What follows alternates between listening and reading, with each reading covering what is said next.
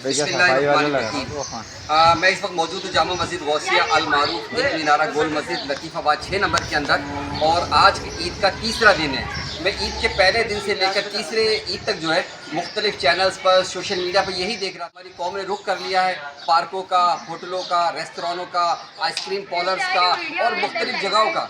लेकिन असल वजह तो हमारी ये होनी चाहिए कि हमारा रुख जो है मस्जिद की तरफ भी होना चाहिए। आज अल्हम्दुलिल्लाह ईद के तीसरे दिन जामा मस्जिद गौसिया के अंदर एक बड़ा इज्तिमा हुआ, जिसमें इमाम मस्जिद हाजा मुफ्ती मोहम्मद असलम मदनी साहब ने एक रूह परवर बयान किया, फ़लस्तीन के लिए दुआएं की। इसके अलावा उम्मत मुस्लिमा को और यहाँ के इलाके वालों को इस बात की तरगीब दिलाई कि जिस तरह रमज़ानुल मुबारक के अंदर हम नमाज़ों का अहतमाम करते थे और दीगर अवामिल नेक अमाल करते थे, इसी तरह रमज़ान के बाद भी हमें जो मस्जिदों का रुख करना चाहिए और अपने फ़लस्तीन के भाइयों के लिए ज़रूर उनको दुआ में याद रखना चाहिए। आए कुछ मनाजिर हम देखते हैं। लोगों, मेरी शफाअत मेरी उम्मत के बड़े गुनहगारों के होती है,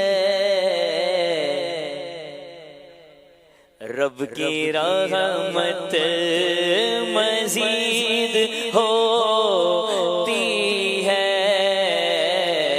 रब की रहमत जिसको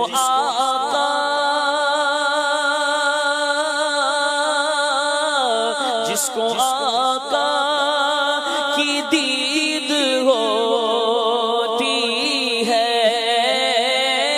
जिसको आका की दीद होती है, उस पे कुर्बान उस पे कुर्बान